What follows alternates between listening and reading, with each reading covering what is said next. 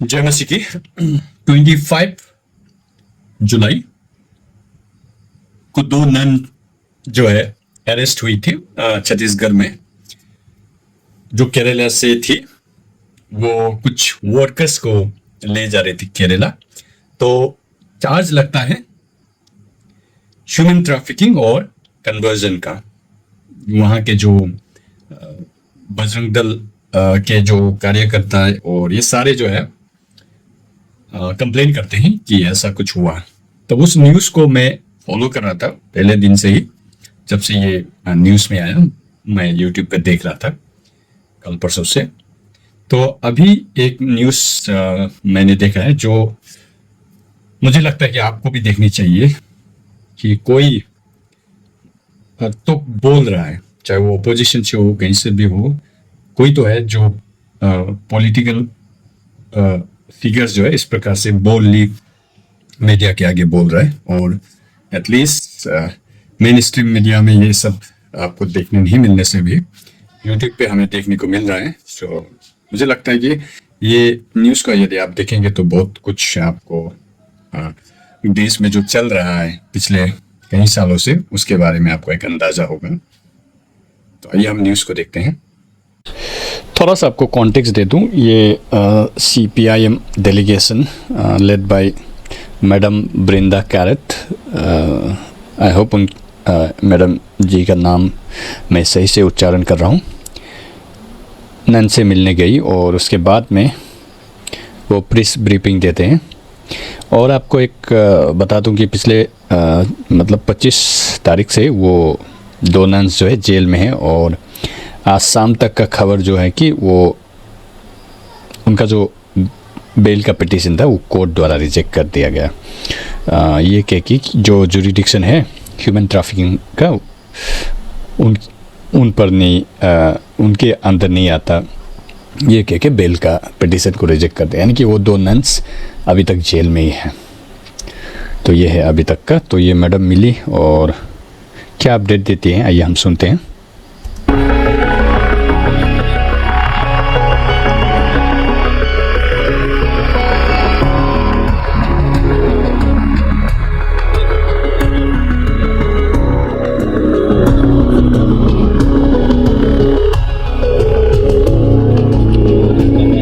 जो हमने देखा, एक हिंदुस्तान के नागरिक होने के नाते हमारा सिर झुक जाता है शर्म से कि आज हमारे हालात ये है कि दो नन्स जो सालों से वर्षों से यहाँ गरीबों की सेवा कर रहे हैं, आज एक नकली और एक थोड़ा सा इंटरप्शन के लिए माफ़ी चाहता हूँ।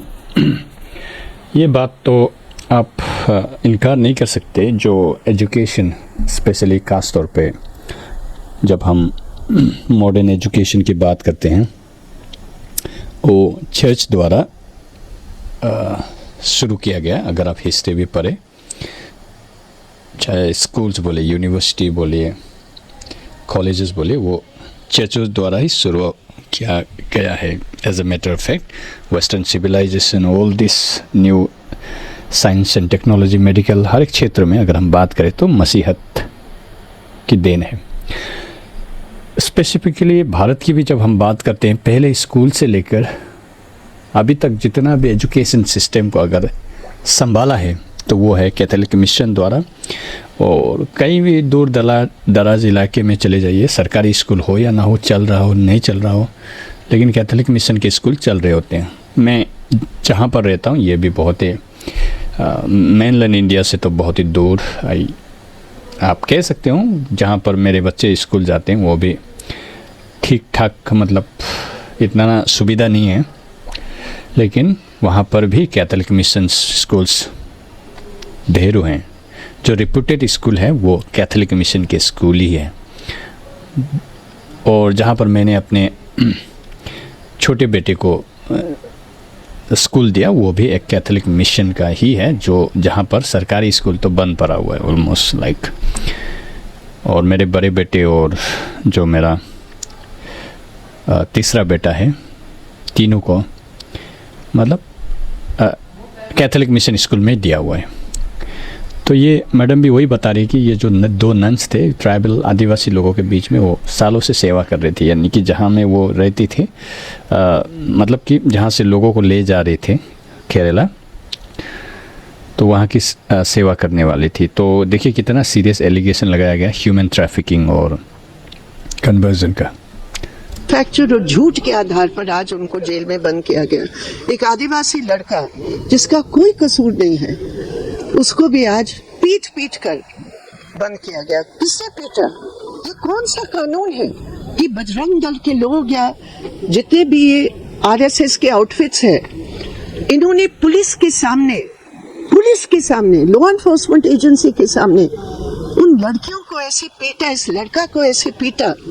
वो लोग कौन है? उनमें एक महिला भी थी। वो सारी वीडियो सार्वजनिक है, प्रकाशित है, कोई भी देख सकता है। उनके ऊपर केस क्यों नहीं लगाया गया?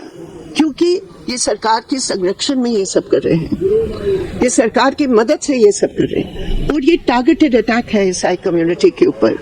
और ये मैडम हिंदू है and I do respect her for her boldness and for her audacity to speak. इस प्रकार से सच्चाई को बोलने के लिए आपको हिम्मत की ज़रूरत होती है। तो मैडम को मैं दिल से सैल्यूट करता हूँ। ये टारगेटेड अटैक है, इसमें कोई दो राहें नहीं।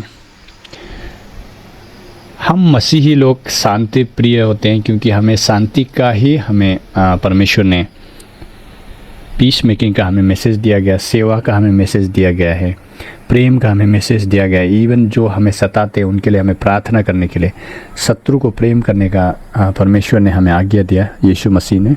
तो उसी को हम फॉलो करते हैं। जो इसीलिए जो मसीही का इथिकल स्टैंडर्ड्स आप देख सकते हैं, आप वेस्टर्न सिविलाइजेशन और ये एडवांसमेंट, ये सारे जो है वो प्रिंसिपल्स, वो वैल्यूज़, वो इथिक्स से ही संभव हो पाया। तो यहाँ मैडम साहब कह रही है कि देखिए इस प्रकार से पीटा जा रहा है और खुलेआम दादागिरी, कोई कानून प्रशासन का कुछ डर नहीं है। आप कुछ एक पर्टिकुलर धर्म का आप नाम लेके गुंडागर्दी करो, ये आतंकवाद नहीं, ये भी आतंकवाद है। आप सोचिए, देखिए जिस प्रकार से मैडम कह रही है, और ये आए दिन हमें देखने को मिलता है किस प्रकार से पास्टर्स को हैरेस किया जाता है। ये जो एंटी कन्वर्जन लॉ है, ये लॉ में हैरेस कौन हो रहा है? आप रिपोर्ट देखिए, इंटरनेशनल ऑर्गेनाइजेशन का रिपोर्ट देखिए, इट इज़ सो कंसर्निंग। कितने सारे ऑर्गेनाइजेशन ने एंटी कन्वर्जन लॉ अभी तक जितने भी ये केसेस आ रहे हैं, it's so shocking, alarming. Human rights का वायलेशन हो रहा है, पास्टर्स को महीनों तक जेल में बंद किया जाता है सिर्फ एक आरोप पे। और ये कानून में आपको सिद्ध करना होता है कि आप इनोसेंट हो। कोई भी आपको दोष लगा देता है, सबूत किसको देना है? आपको देना है। आप देख पा रहे हो क्या हो रहा है देश में और किस प्रकार से कानून अंधा हो रहा है और खुले आम कॉन्स्टिट्यूशन वायलेशन हो रहा है। इस प्रकार से इलीगल एक्टिविटीज़ हो रही है, लेकिन कोई कुछ कानून व्यवस्था सब नाम का है। इसलिए जो हम देखे और जो नन्स के साथ हमारी बातचीत हुई है, मैं आपको बता रही हूँ, यहाँ इस इलाके में छत्तीसगढ़ राज्य में हमारे संविधान की धज्जियां उड़ाए जा रहे हैं ये टारगेटेड अटैक्स के लिए। नन्स ने कुछ बताया क्या, किसी प्रकार की बर्बादी उनके साथ हुई है? पूरा बताया है कि किस तरह उनको पकड़ा गया, जबकि उनके पास पूरा सबूत था। ये 3 आदिवासी लड़कियां एडल्ट्स हैं, उनके पास उनके आधार कार्ड, उनके पेरेंट्स के कंसेंट, सब कुछ था। पेरेंट्स से फोन पर भी बात की गई थी। पुलिस ने सब कुछ देखा और कहा कि इसमें कुछ नहीं है।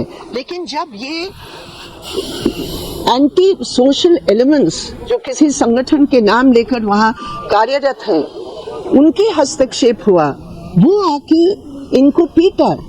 एक नन को जिस तरह गाली गलौज करके, उनको जिस तरह मतलब बेइज्जती की, और तीनों को जिस तरह उन्होंने मारा, लड़कियों को और उस लड़के को। देखिए, नफ़रत करने के लिए भी आपको एनर्जी चाहिए होता है, आपको स्ट्रेंथ चाहिए, मोटिवेशन चाहिए। पता नहीं इतना कहाँ से आता है लोगों को। देश का क्या हाल है आप देख सकते हैं। और अभी पिछले साल का ही रिपोर्ट हम देखते हैं कि 2 लाख से ऊपर, स्पेशली जो मिलियनर्स या जो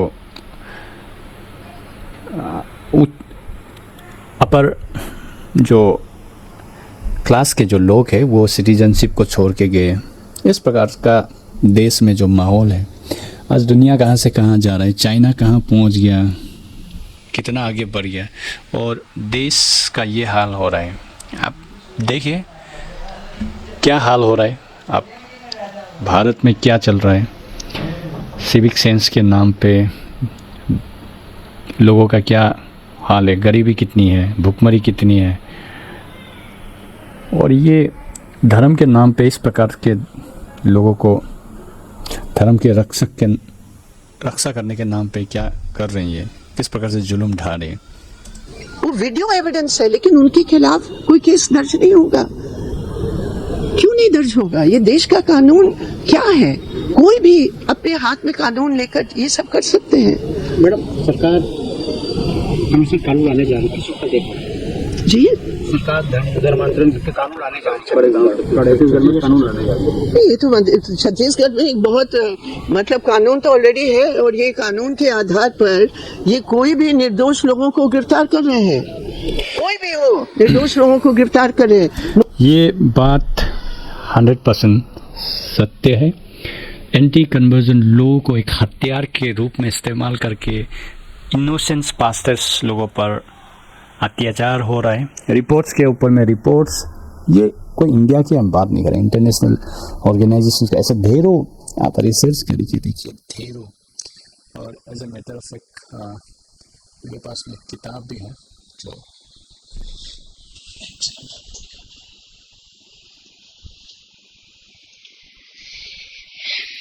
ये I hope you can see, थोड़ा सा ये क्लियर नहीं हो रहा, या रिलीजियस, ओके थोड़ा सा ये फोकस, ओके। ये इस किताब को पढ़ने के बाद भी मैं बहुत कुछ इस कानून के बारे में समझ पाया। ये सच में एब्यूज़ हो रहा है ये कानून, और स्पेसिफिकली मसीहों पर बहुत ही ज़्यादा, पास्टर्स इन लोगों के ऊपर में बहुत ज़्यादा सताव का सामना करना पड़ रहा है। नो डाउट आप इंटरनेशनल रिपोर्ट्स आप पढ़ सकते हैं ढेरों, आप ऑनलाइन सर्च कीजिए, आपको कितना कंसर्निंग है, कितना अलार्मिंग है, और बहुत सारे सुझाव भी दिए गए हैं इंटरनेशनल ऑर्गेनाइजेशन द्वारा, तो आप पढ़ सकते हैं। मोदी जी विदेश में जाकर सबकी गला लगाकर वो कहते हैं सबके साथ सबका विकास, और यहाँ उन्हीं के लोग उन्हीं की विचारधारा से प्रेरणा लेकर 2 नन्स को इस प्रकार बेइज्जती करते हैं, मारते हैं, पीटते हैं आदिवासियों को, क्योंकि वो ईसाई धर्म को अपने आप अपनाया है। तो देखिए, यहाँ में कोई संदेह नहीं है कि बहुत सारे अब्यूज होते हैं, बहुत सारे कानून को तोड़े जाते हैं। अनबायस्ड तरीके से कानून इस चीज़ को हैंडल करे तो बहुत ही अच्छा होगा। नन्स अभी तक जेल में ही है। तो अंत में हम मसीहों को प्रार्थना करना चाहिए, प्रभु करें ये सारी, तो हम सभी से भी डेफिनेटली वो अपना योजना को पूरा करेगा, चाहे जो भी हो। At the end he is in the control, so we should continue pray for India, and जो भी सताते उनके लिए भी हमें प्रार्थना करना है, और जो सताव का सामना कर रहे हैं, जो अनुभव कर रहे हैं, उन मसीहों के लिए भी हमें प्रार्थना करना है लगातार। धन्यवाद। I hope you have been enlightened कि क्या चल रहा है देश में। धन्यवाद।